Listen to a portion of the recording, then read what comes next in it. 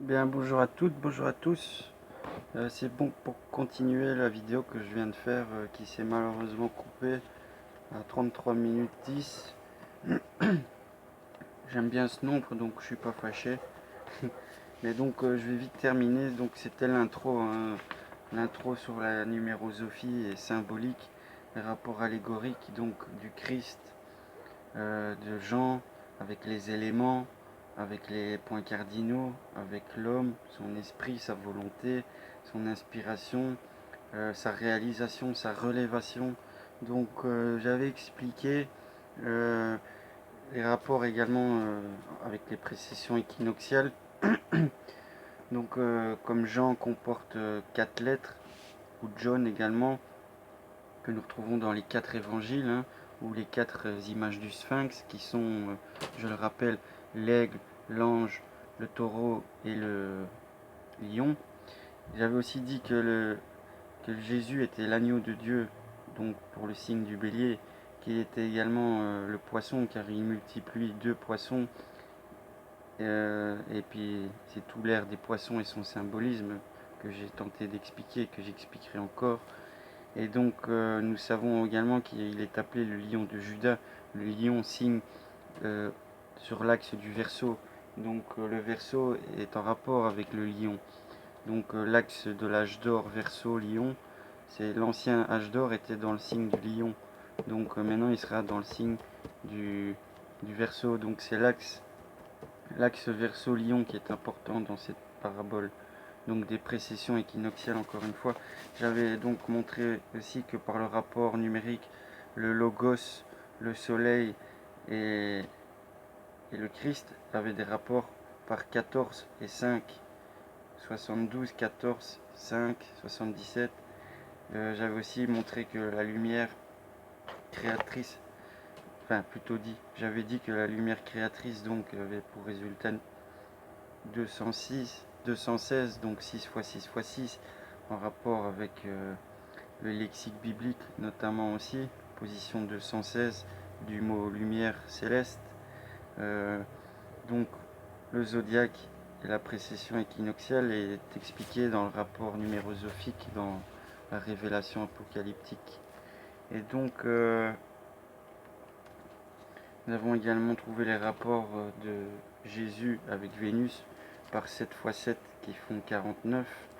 Nous avons trouvé également que 13, c'est le nombre solaire de Jésus ou du Christ. Nous avons également compris donc que Jean est cité 4 fois dans ce premier chapitre. Et comme il a 4 lettres, 4 fois, c'est intéressant, car 4 fois 4 nous ramène aux 16 figures géomantiques. Donc c'est intéressant. Géomantique des Étrusques, donc aux constellations également. Nous savons également que Jésus-Christ est cité 3 fois, donc nombre de l'esprit, et 2 fois en tant que Jésus. Donc il est cité 5 fois dans le premier chapitre, et 5 est le nombre de l'homme réalisé dans sa volition, comme je l'ai dit. Donc comme en hébreu, Yeshua vaut 5 lettres, et nous avons trouvé par le résultat numérique de 326 que 3 fois 2 fois 6 nous donnait 36 et nous donnait encore 666. Voilà, nous avons parlé également de Vénus exaltée, de Mercure en détriment. Nous avons parlé également que le soleil dans le signe du poisson signifie le baptême et le renouveau. Nous savons également que le soleil, quand il passe par le mois de février, donc passe par son bain purificateur, et donc avant de redonner la vie. Donc la lumière, c'est la vie, comme dit dans les paraboles. Et nous avons compris également que le mot soleil, le soleil, c'est 72 en numérique, et nous avons compris le rapport avec les 72 rayons de Ra, ou les 72 génies positifs ou négatifs. Nous avons, je pense qu'on peut en rester là pour le moment, avec ce rapport numérologique sur l'introduction à l'Apocalypse.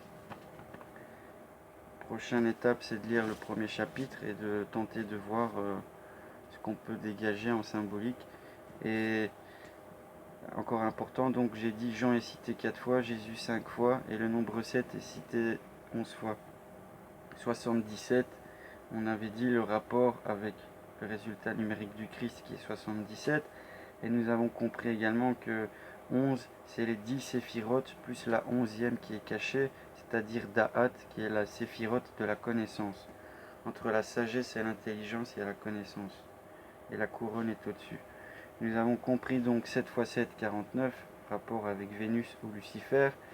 Comme Jésus 74 a le même résultat que Lucifer 74. Nous avons compris également le rapport de 49 avec 13, le soleil et ses apôtres, et les 4 points cardinaux pour le résultat de 1 plus 3 qui fait 4. Voilà, simplement par la numérologie, on démystifie l'exotérisme biblique, fanatique et prosélytique, et nous réalisons le plan du grand architecte, ou plutôt de la divine création dans ses perfections harmonieuses. Car je le signale aussi, en grec, le mot lumière, c'est phos. Comme phosphoros, ça veut dire porteur de lumière. Et luxophéros et Lucifer, c'est porteur de lumière. Vénus est porteuse de lumière le matin et le soir. Car le soir, c'est la première étoile visible, le matin, c'est la dernière étoile visible qui amène le soleil, donc qui porte le soleil. Et nous savons également que Phos, c'est ainsi qu'est traduit le mot lumière dans l'évangile de Saint Jean et dans l'Apocalypse. Donc Phos a un rapport avec 360, avec 36, avec 666, avec tout ce qui est lumineusement électromagnétique dans l'équilibre polarisé du 6 sur les 3 plans. Donc le plan des principes, des lois mécaniques et des faits physiques. Voilà, c'est ainsi que se rejoint les symbolismes. Et nous avons compris aussi que Jésus-Christ, c'est 10 lettres, c'est 10 séphirotes, c'est nos 10 doigts, c'est encore l'homme, c'est l'homme terrestre et l'homme spirituel, c'est l'homme inférieur et supérieur réalisé.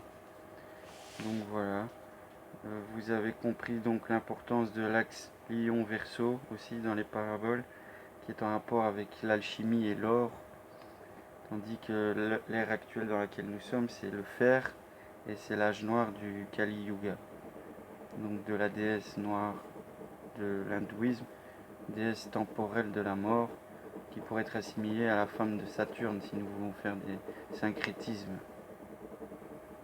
Voilà, vous avez donc l'introduction à l'Apocalypse. Après, je travaillerai le premier chapitre en explication. Donc bien à vous les amis, et bonne quête. Si vous avez des lumières, vous pouvez les mettre en commentaire ou m'écrire sur mon Facebook, Thomas Freedams. Merci et portez-vous bien.